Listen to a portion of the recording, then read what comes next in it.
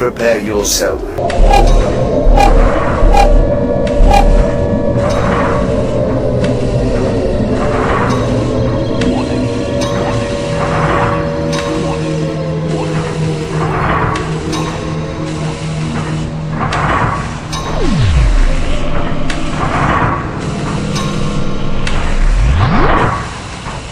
It's interesting that you mentioned that about the kind of the nostalgic aspect of it, because from my perspective, you know, I started spinning in '72, so I was spinning R&B and soul, you know, and then like when I started, like when I kind of merged through or gathered, because it wasn't like I left scenes, I just kind of absorbed new things, and as I moved into like new wave in the mid, like, you know, in like 74, 75, and as new wave merged into punk rock, for me, it was the idea that, like, you know, we were taking control. And, you know, like, in New York, there's a big issue over, like, you know, DJ booths just suck these days. They just suck. You know, you go in, the last gig I did, the turntables were sitting they were stored right next to the kitchen. So like, you know, it doesn't really leave you a lot to work with when the turntables worked, but I mean, like, you know, were they clean? You know, what about the air from the steam and the gunk that was right next to the kitchen? And they don't think of these kind of things, and like, so I've been trying to organize people to say, like, you know, look, we should stand for something and say, like, look, if you're doing nights that are primarily based on DJs, then let's do this. And people are like all afraid, and I'm like, I was looking at flyers that got posted on the New Jersey Hardcore site on Facebook, and they posted a flyer from 1982. I think it was 81 or 82, where we had a war with a number of clubs on the Jersey Shore. So they were screwing, like, they didn't want punk rock bands or whatever. And we were like, well, screw you. We put out a flyer that had, like, all the clubs that banned us. And then we were like, well, these are the clubs that actually want us. So we're going to go there and do a show over there. And screw you. And, like, you know, we're going to force you to capitulate. And then we ended up doing shows at these bars anyway.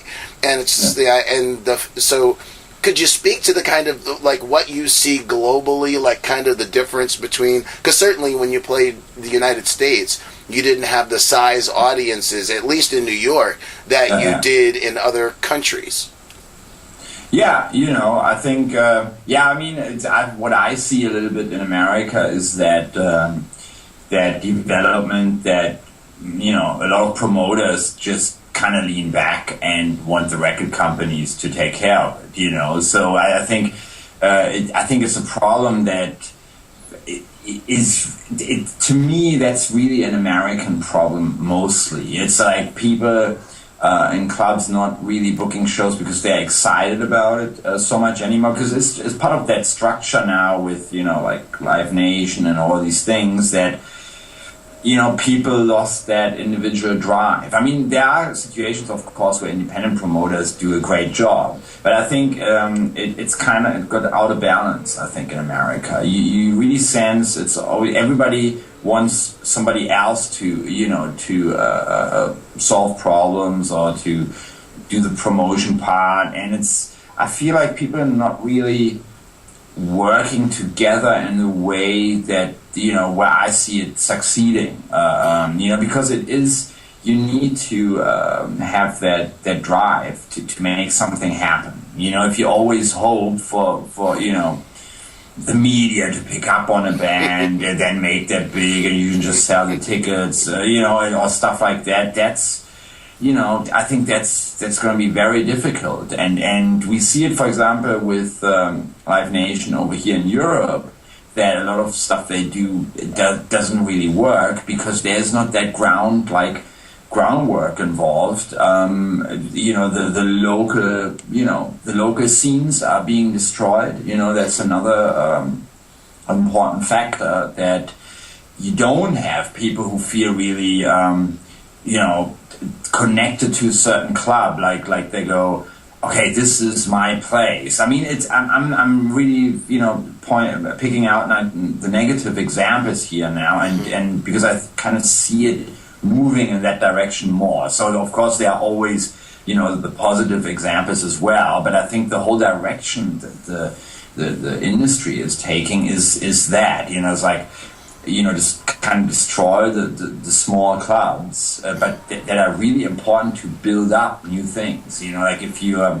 band, I mean, for example, in Berlin, that trend is also going on, and even if a lot of people go like, really, like they are surprised to hear about this, but in Berlin it's the same thing. It's like a lot of the independent clubs have to close down because of like stupid regulations by the authorities or stuff like that, and so the problem is like the local scenes can't develop anymore, and then of course you have like the big sort of like, stadium type, like sort of like sports kind of venues that also do certain shows, which 100% only major label driven, so but I think it has to be that constant dialogue between the the independent scene and the underground scene and the mainstream. I think at the moment, even though the internet empowers a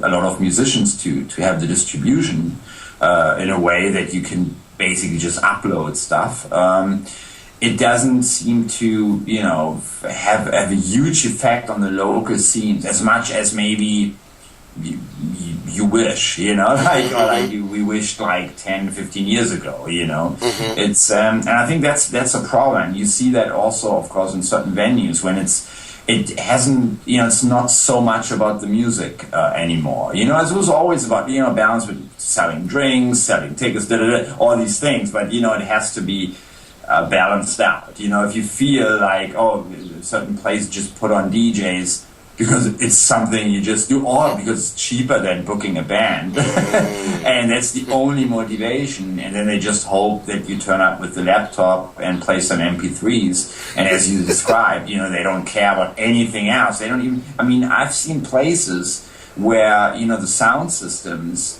they were like, not that they were very cheap. It was just like a lot of the, the new technology just sounds like it has no life, or it has been installed in the wrong way in a certain location where you just go, nobody actually has ever thought about the acoustics in this place.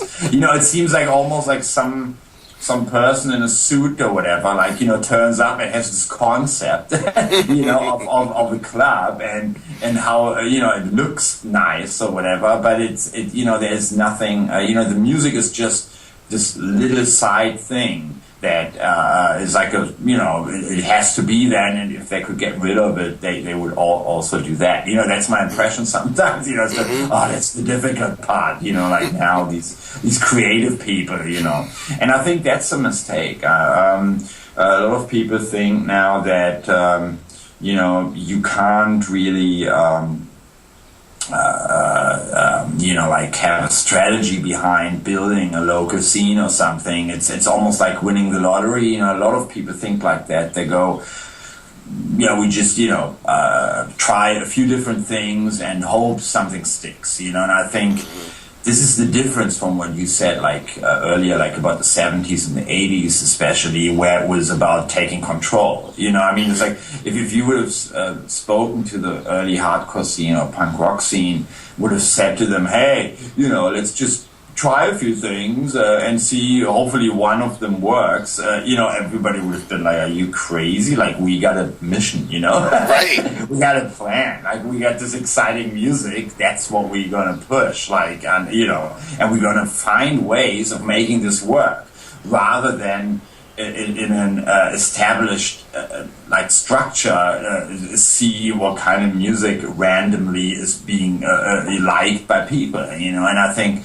that's such a different approach, but then of course I hope that in America at some point, there's more of that vibe coming back, because I think there are a lot of great musicians in a way out there in America, and I think that the right types of people can't get enough support to build something. And it is a local thing. I mean, like we always look at the internet and, you can connect with all these people. When it comes down to connecting with people around you, it is very local, and this is actually when things, can, as we say, like translate from the internet or the non-virtual world, the virtual world into the non-virtual world, where and that's the same with protests, if you, you can do all these things, but if you can't get people together to to show up at a demonstration, then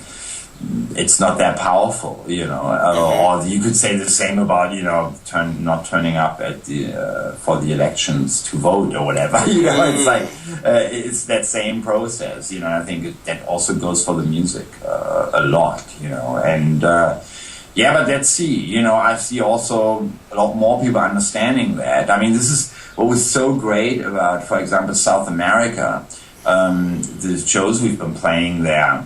For them, I mean, so many people told me about how, Hollywood and America, like, they really try to, force these kind of countries into, controlling the internet more, censoring it, also punishing people for downloading stuff. And, this whole machinery, they really... especially in those countries, they want to make those changes happen because, a lot of, for example, in Colombia, like the only way people would get our music is through the internet, and of course we put up the stuff for free, but there is no real distribution in place, like in those countries. So, but then, if there are some sort of trade agreements with America, and it's about you really got to crack down on the stuff. There's no alternative industry, or distribution model that would work in those countries. So it's a bit cynical. It's almost like you want to deny those people this information, or the access to certain music or certain films or something. And I think that's also very interesting, But these people down there are so aware of that, of course, because it affects them, in a much different way than, let's say, kids in America, So that was very inspiring also to see.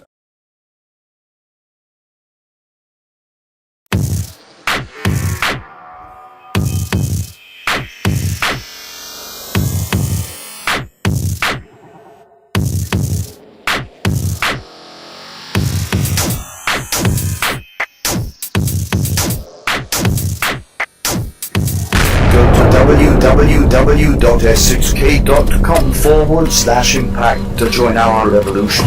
Go to www.s6k.com/impact to join our revolution.